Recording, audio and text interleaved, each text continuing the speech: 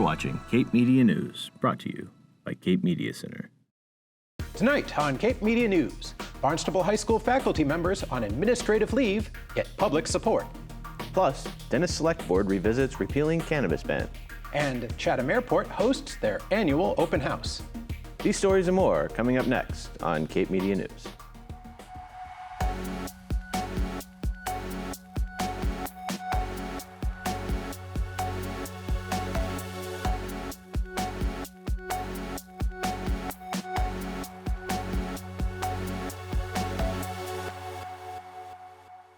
Good evening, it's June 14th, and welcome to Cape Media News, your source for hyperlocal news that matters. I'm Jamie Horton. And I'm Mitch Sock. In early April, some Barnstable High School students were taken to Boston for the Belle of the Ball prom dress selection event. This event offers students the opportunity to acquire prom dresses and other accessories they otherwise would not be able to afford, preventing them from attending their prom. However, the trip didn't go as planned as the bus returned to Cape without two of the students. The three faculty members who accompanied the students have been on administrative leave since the incident occurred, and school superintendent Sarah Ahern recommended in a letter last month that all three be dismissed. This recommendation sparked backlash from the community, and they showed up in numbers to the school committee meeting last week to show support for two of the faculty members, Alik and Hope Taylor. Take a look. I am the mother of 7, and I am the foster mother or pseudo-parent to 19 others. And I can speak personally to the direct effect that the Taylors have had on the students of Barnstable High School. I have no less than 8 individual students that call me mom that have graduated from that high school as a direct result of their involvement with Hope and Alik Taylor. I had a child who was inpatient hospitalized for 3 months in her junior year of high school. Hope advocated for special education accommodations to help her get over the finish line and graduate on time with the rest of her class. I have a child who didn't graduate high school until he was 20 years old because Alik Taylor refused to give up on him and let him quit. Hope and Alik Taylor each have 29 years committed to this school district. They have had a profound impact on being the net that catches the children who are slipping through the cracks. I hate to think about what the environment for children of color will be in this school district without the presence of Hope and Alik Taylor. My daughter's best friend was one of the students left behind in Boston. And I needed to come here tonight to be in support of them. It was a very distressing situation for them.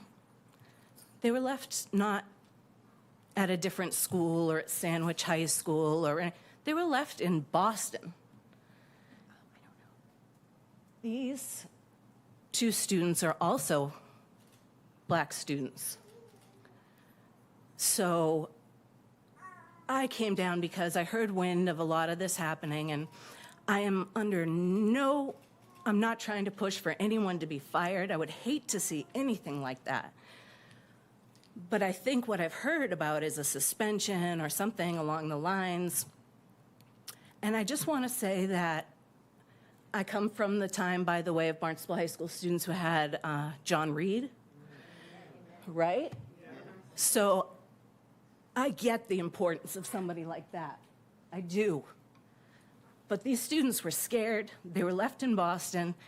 And I believe that if nothing else, a strong and solid change needs to be made about how we go on these field trips, taking attendance.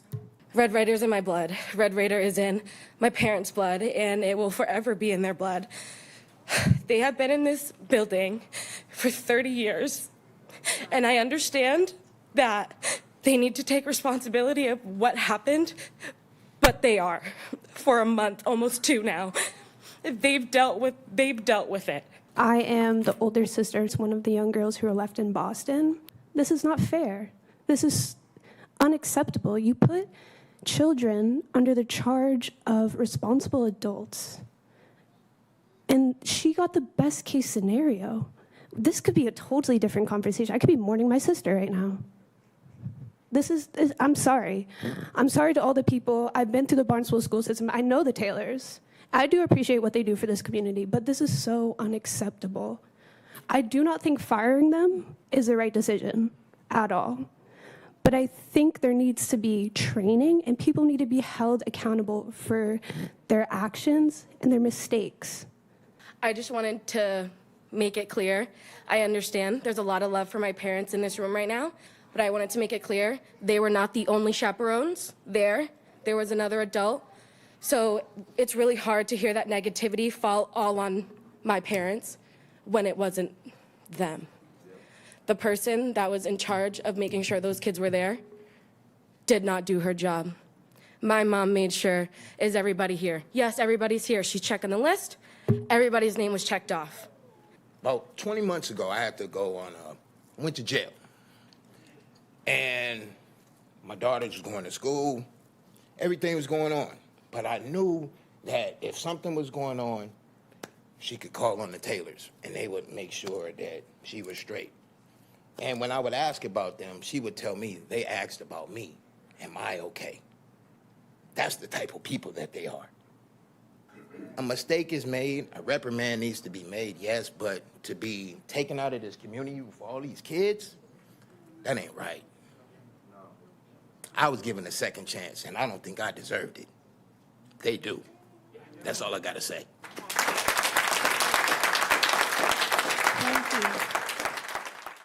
The Chatham Railroad Museum is officially open for the season. Their enhanced Chatham Railroad exhibit features models of the South Chatham and West Chatham stations. The museum's summer hours are Tuesdays through Saturdays from 10 a.m. to 4 p.m. until August 31st, when they switch to their autumn hours of operation. Join the town of Barnstable, the Cape Cod NAACP, and Amplify POC on Wednesday, June 19th for an observance and flag-raising ceremony honoring the Juneteenth holiday. Officer Brian Morrison and former DY High School principal Tony Morrison will conduct the flag raising at 1 p.m. in the John F. Kennedy Hyannis Museum courtyard. Community leaders will read excerpts from the Emancipation Proclamation commemorating the end of slavery in the United States and reiterating the continued need to ensure racial equality. Capabilities and the Chatham Orpheum Theater present Heroes of My Imagination, celebrating neurodiversity in the arts.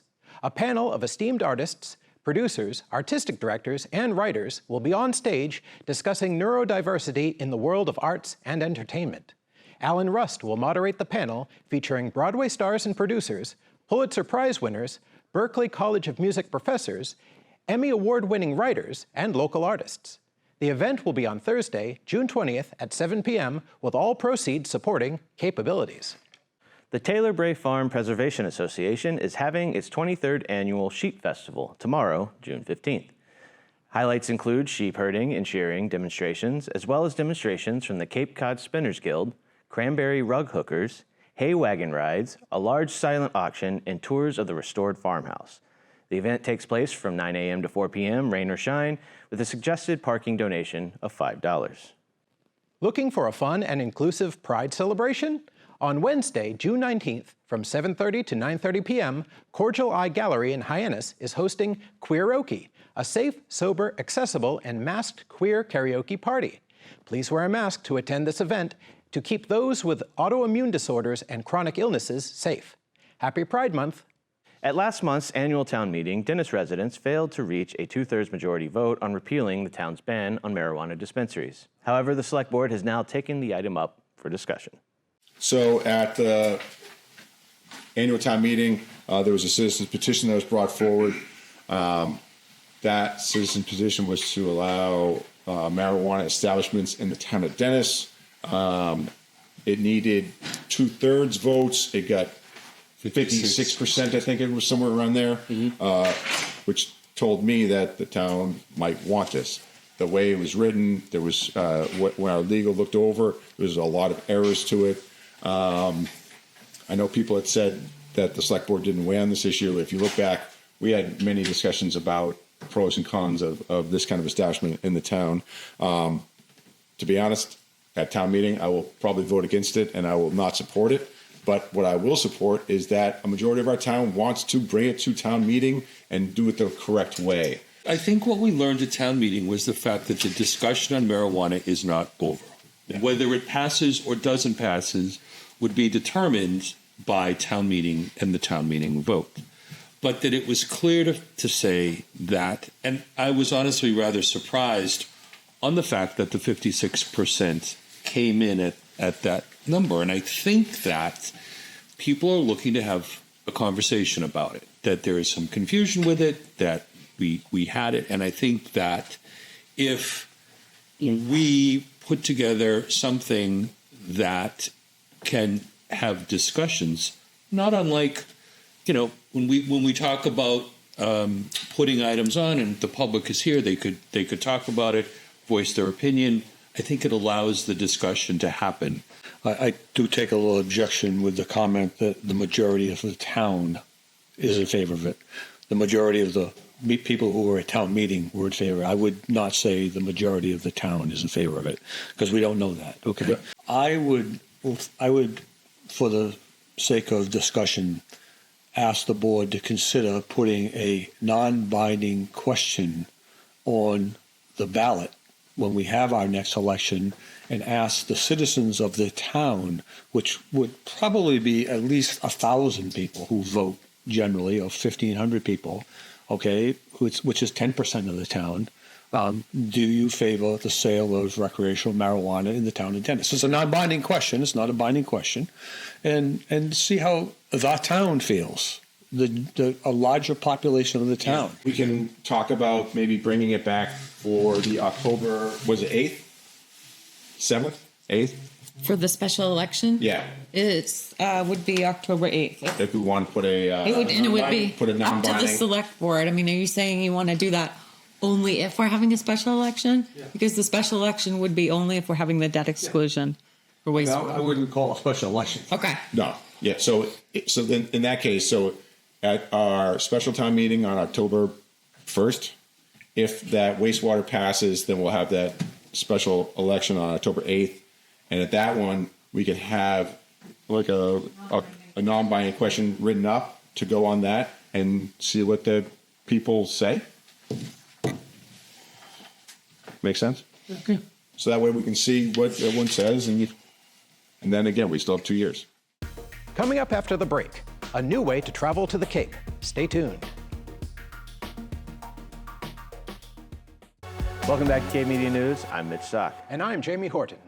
Cape Cod Gateway Airport welcomed its first American Airlines flight from New York City last week, and we stopped by to check out the ribbon-cutting ceremony.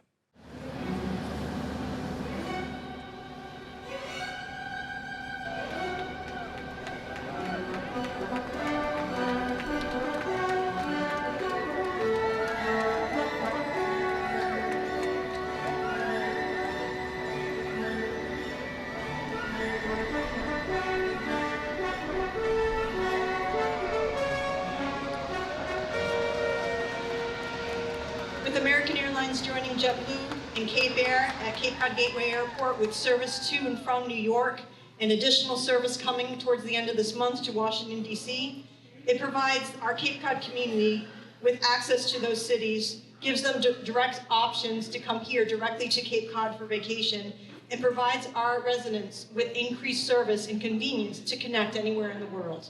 In fact, one of the things that I did was I wanted to see how much it would cost for me to go from Hyannis to London versus driving up to Boston and parking at Boston. I saved $86 flying right directly from Hyannis with American. Thank you, American.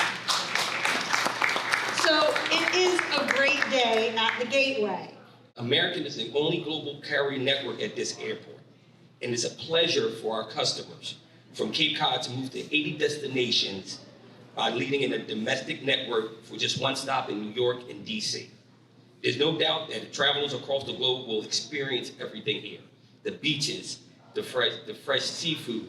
I had the lobster roll, and let me just tell y'all, man. I'm gonna just tell y'all now. I'm from Philadelphia, but we have the cheesesteaks, but let me tell you that. I'm not gonna say that. I'm coming back. Sorry, I just had to put that on there. Think about this. In less flight time that it can take to drive to either Logan or TF Green, we Cape Codders can now visit DC, our nation's capital, and the Big Apple, where we can connect with dozens of American flights to anywhere on Earth. And coming here, we will fly on quiet, efficient, and comfortable Embraer twin jets. We continually invest in improvements to our airport because we have faith in the future. This is the kind of return we had anticipated. top flight service from a first-class airline, which will be a valuable contributor to our local economy. We pledge to you, along with town government, the Chambers of Commerce, to be active and supportive partners in this service, not only during our high season, but hopefully someday our spectacular shoulder seasons, both fall and spring. And who knows, maybe year-round. You know, we have a lot of snowbirds here. So let the flights begin.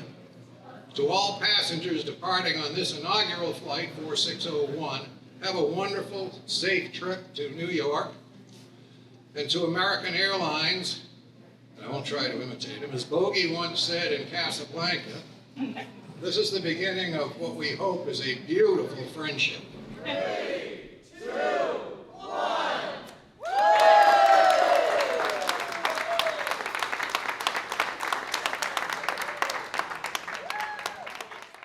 The Chatham Municipal Airport hosted their annual Planes, Trains, and Automobiles open house last weekend, inviting the community to come out and get hands-on with a plethora of aviation and automotive vehicles. Here are some highlights.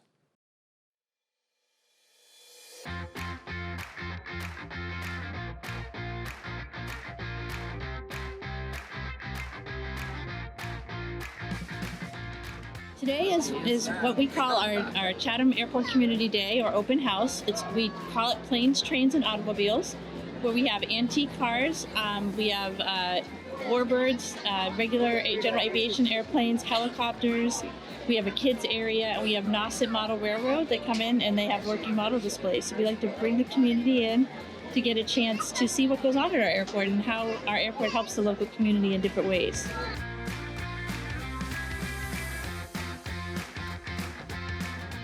I would say today's a pretty good turnout.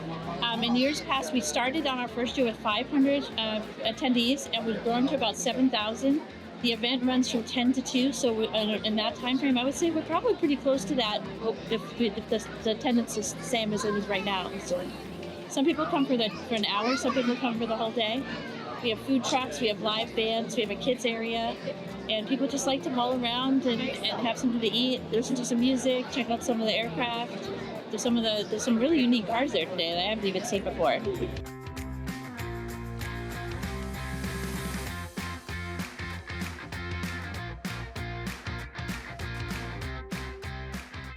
It's just a really fun day. It's family friendly. It's no charge, and we have just a great time. It's the highlight of our season, and it really is an opportunity to get up and close and personal to a small airport. There aren't that many small airports anymore where you can actually walk on the field and come up and talk to the pilots and just learn about all the different things that your local airport can bring.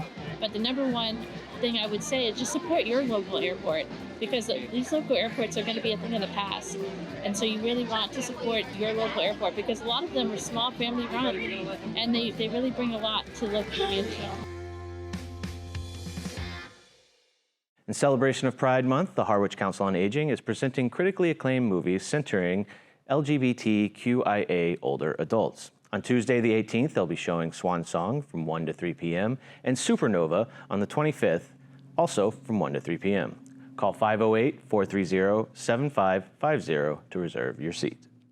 The Assessing Division of the Town of Barnstable would like to inform residents that they may qualify for the residential exemption if they own and live in their property as a primary residence.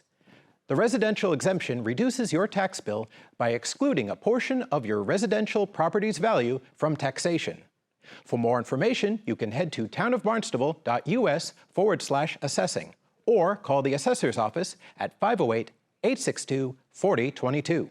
Cape Cod is still facing a blood shortage. If you're available to donate blood, consider doing so, as several blood drives are happening in your area this month. In Yarmouth, head to Bass River Rod and Gun Club on the 19th, or the International Fund of Animal Welfare on the 27th. A clinic will be at the Cape Cod YMCA in Barnstable on the 20th, and at Chatham Works on the 28th. For more information, visit capecodhealth.org. Chatham Recreation is excited to announce that for the first time since 2019, their Oyster Pond swimming lessons will resume. Sessions will run on Mondays, Wednesdays, and Fridays, beginning in July and continuing through the summer season. These lessons are suitable for kids ages 4 and up. To register, head to chatham-ma.gov. Join the Harwich Community Center and the Harwich Bikeways Committee on Friday, June 21st for a bicycle bonanza. This fun afternoon will include a bike rodeo, bike wash, frozen treats, and an opportunity to give your bike a tune-up at the bike repair station. This event is open to the public and participation is free. And lastly this evening, we send it to Ryan Downs with a recap of This Week in Sports. Welcome back to the Cape Media News Sports segment. I'm your host and local sports guy, Ryan Downs. There's only 3 teams still alive with hopes at a state title last week where we left off. Let's check out what happened in all the action. First up, we had DY Baseball, who was playing while we aired last week. DY struggled throughout the season, but they turned it on when it mattered most, pushing themselves into the Division IV Elite 8, where they had to travel to number 10 seed East Bridgewater. After another tough pitching battle, DY's tournament run and season has ended on a 2-1 loss. They will only lose 3 seniors in the offseason and return a slew of key contributors to their success this year, like Hudson Campbell, Gavin Desley, RJ Delcourt, and Lincoln Slade.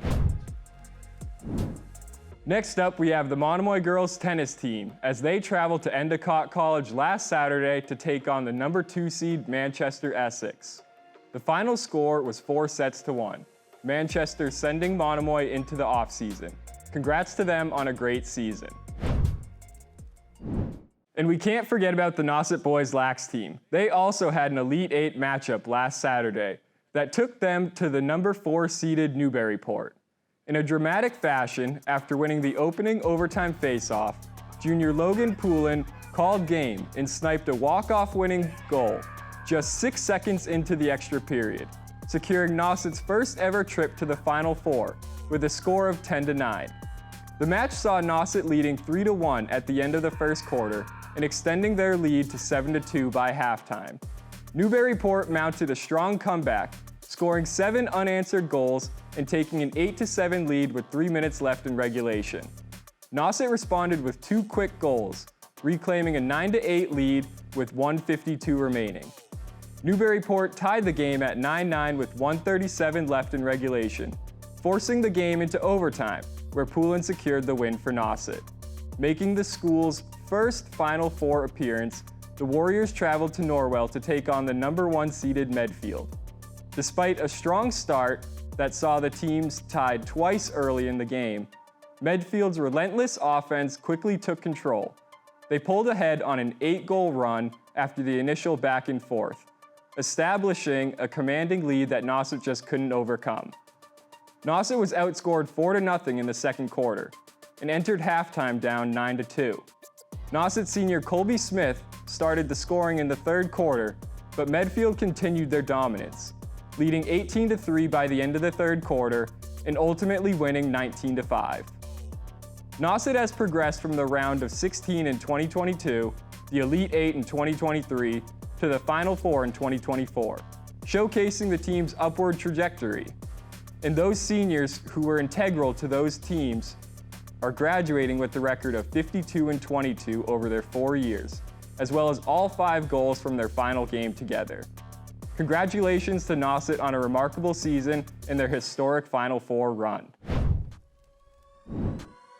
Now that the high school sports season is over, and school is soon to be out of session, we're switching gears with the sports segment a bit and gonna try and focus on the Cape Cod Baseball League. And it couldn't be better timing because opening day is tomorrow, with every team set to be in action. Each team will play 40 regular season games until August 4th. The playoffs will start on August 6th, at which point the top 8 teams, 4 from each division, will compete in a single elimination round, followed by 2 rounds best-of-3 series. The annual All-Star and Home Run Derby will be held on July 27th at Gov Fuller Field, the home of the Falmouth Commodores. Opening day games will be held at Cotuit's Lowell Park and YD's Red Wilson Field for 5 p.m. starts, while the 6 p.m. starts will take place at the Harbor Hawks McKeon Field, the Gateman's Clem Spillane Field, and the defending champs, the Bourne Braves, will host the Firebirds at Upper Cape Tech. That's it for this week's sports update. Back to you, Mitch and Jamie. Thank you for joining us this evening. If you have a story you'd like to see covered, Send us an email at newstip@capemedia.org. And tune in every week for more hyperlocal news that matters on Channel 26, Apple TV, Roku, and Fire TV. Be sure to follow us on all of our social media, including Facebook, YouTube, and TikTok. For Cape Media News, I'm Jamie Horton. And I'm Mitch Sock.